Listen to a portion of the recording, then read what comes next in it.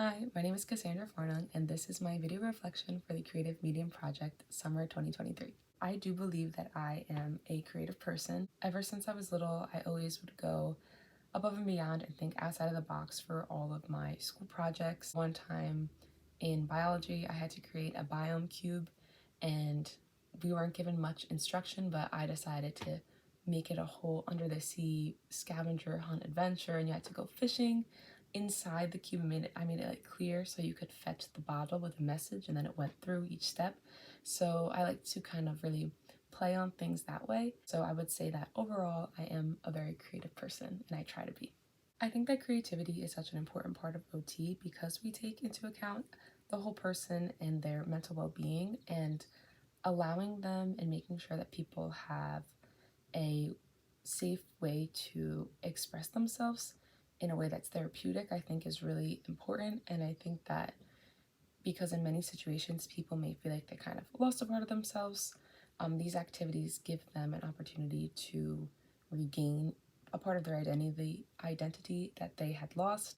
And I think that creativity is a really important part of OT because it allows us to have that therapeutic rapport and kind of go beyond other professions and make that connection with our clients and be able to cater our activities or interventions in a way that becomes meaningful for the client. So whether it be simple and just kind of adding something that the client likes to whatever activity you're doing, whether it's something with cups and adding the Pokemon characters because that's what they like, I think being creative in that aspect really helps us connect more with our clients and make occupational therapy fun for them. We are going to need to be creative as OTs when it comes to different clients and their needs. So whether it be because there is a certain activity you want to do with the client and you need to be creative in how you can adapt it to better suit them and fit their abilities, or if it's wanting to do an activity and all the materials and tools that would be necessary are not available, so you have to kind of adapt on the spot and be able to think creatively to use different materials in different ways. That is one way that OTs are very creative because of the ability to adapt activities so quickly for our clients to ensure that they're able to participate and get the best out of each activity. So this is what I ended up embroidering. It is supposed to be a flower with the word OT coming out of the flower.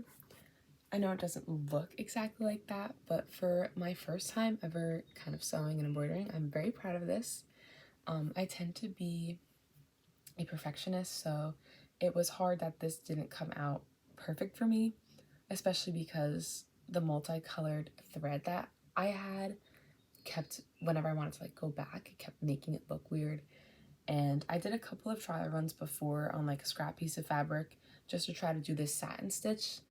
It was fun once I got into a rhythm of it, but I was getting very frustrated trying to thread the needle. It took me so long to thread it, and I would be ready to like move on to the next petal, and then it would take me 10 minutes to thread the needle. So I think that was frustrating, but it was fun otherwise, and I could see why people, like, I would love to embroider my clothes to kind of add my own personalized touch to things. So I think if maybe I had more practice and maybe got like one of those needle threaders, that would help too, and I would enjoy doing this more.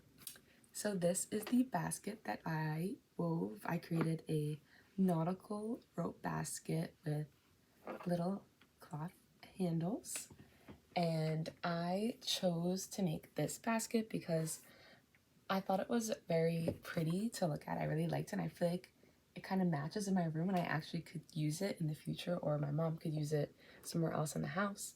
So I chose to make that because I really liked the way it looked, and I always like seeing like the woven baskets in the store, so I wanted to try to recreate something similar.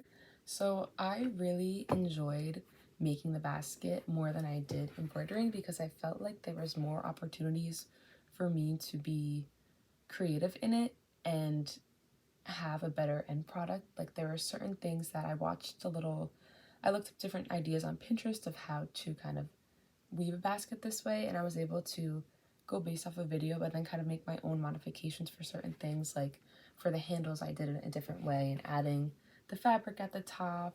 So I feel like it was kind of fun to think of ideas on the spot while I was going through, and I'd be like, oh, let me try to do this now and put this handle this way. I feel like there's different ways that I was able to kind of be creative when making it. So I really enjoyed making the basket, and once I got into the rhythm of weaving it, I had a lot of fun doing that, and it was fun to kind of like twist it through and just spin it around. I was listening to good music, so I really liked making the basket. Overall, from this creative medium project, I feel like I really learned the importance of activity analysis and actually understanding why we spend so much time thinking about it prior to doing the activity, especially because there is so much more involved in a craft, especially these, than you would may have thought of previously. It made me think back to the project we did in Motor Performance 1 when we analyzed a child, an adult, and an older adult picking up an object, and how much each part of their body was rotated and flexed and extended, and how all of these together work to do its simple tasks such as picking up a mug. And very similar to this, breaking down each component made me think about how much is truly involved and necessary to complete these craft activities, which I feel like is happening, but to actually see each step and realize what's going on makes you want to kind of take a step back and appreciate all that you and your client is doing to create this and that's going into it. So I think it really also taught me to have that perspective as well and appreciate what they're doing and working towards and be more empathetic in that sense as well. And just to be able to work with them and all the different components and how much you really can do to allow them to participate functionally in these activities. There's so much we can modify, so much we can adapt, so many different ways that we can grade different tools and materials and positionings and everything that can make the client be able to participate more functionally. And I think that is something that I maybe thought of before but didn't actually understand in the depth. So I think that I'm really glad that I learned that from doing this activity. Thank you so much for watching.